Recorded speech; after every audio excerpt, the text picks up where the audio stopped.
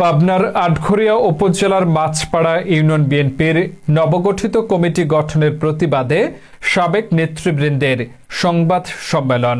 পাবনার আটঘরিয়া উপজেলার মাছপাড়া ইউনিয়ন বিএনপির নবগঠিত ৭১ সদস্য বিশিষ্ট পূর্ণাঙ্গ কমিটি গঠন করায় সোমবার ১৩ এপ্রিল বিকালে একই ইউনিয়ন বিএনপি কমিটির সাবেক নেতৃবৃন্দ প্রতিবাদ সংবাদ সম্মেলন করেন। বক্তাগণ তাদের বক্তব্যে নবগঠিত এই কমিটিকে পকেট কমিটি হিসেবে আখ্যায়িত করেছেন। তারা অভিযোগে আরও উল্লেখ করেন, নবগঠিত এই কমিটিতে অনেক নেতৃবৃন্দ পূর্বে আওয়ামী লীগের মাছপাড়া ইউনিয়ন কমিটিতে ছিল।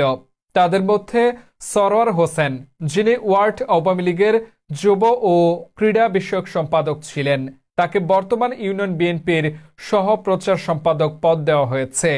আব্দুল আলিম, যিনি ওয়ার্ড আওয়ামী লীগের বন ও পরিবেশ বিষয়ক সম্পাদক ছিলেন, তাকে বর্তমানে ইউনিয়ন বিএনপির যুগ্ম সাধারণ সম্পাদক পদ দেওয়া হয়েছে।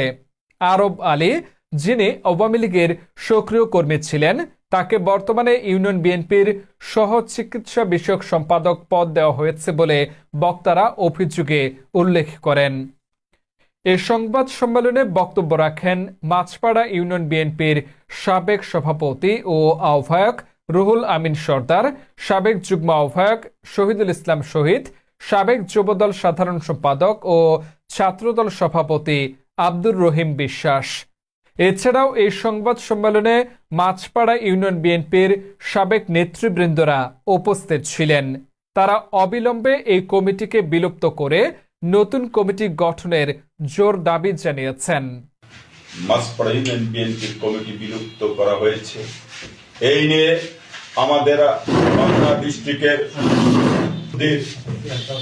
গণমানুষের নেতা, পাবনা জেলার আহ্বায়ক জননেতা জনাব হাবিবুর রহমান হাবিবের অনেক নাটক ইতিমধ্যে মঞ্চস্থ হয়েছে, যে নাটকের শেষ নাই।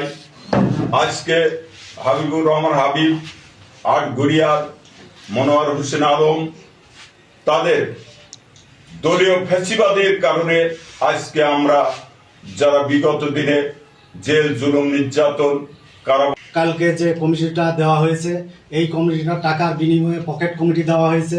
এই কমিটি মাছপাড়া ইউনিয়ন বিএনপি মানে না, মানবে না, কখনোই মানবে না। বিগত ১৭ বছর বিএনপি করেছে, যে কমিটিতে যারা সভাপতি সেক্রেটারি হয়েছে, তাদের এই ১৭ বছরের মধ্যে কোনো ঢাকা, রাজশাহী এবং কোনো আন্দোলন সংগ্রামের কোনো ফুটেজ নাই। কোনো ১৭ বছরের মধ্যে তারা একটা প্রোগ্রামে তারা অ্যাটেন্ড করে নাই। যে সেক্রেটারি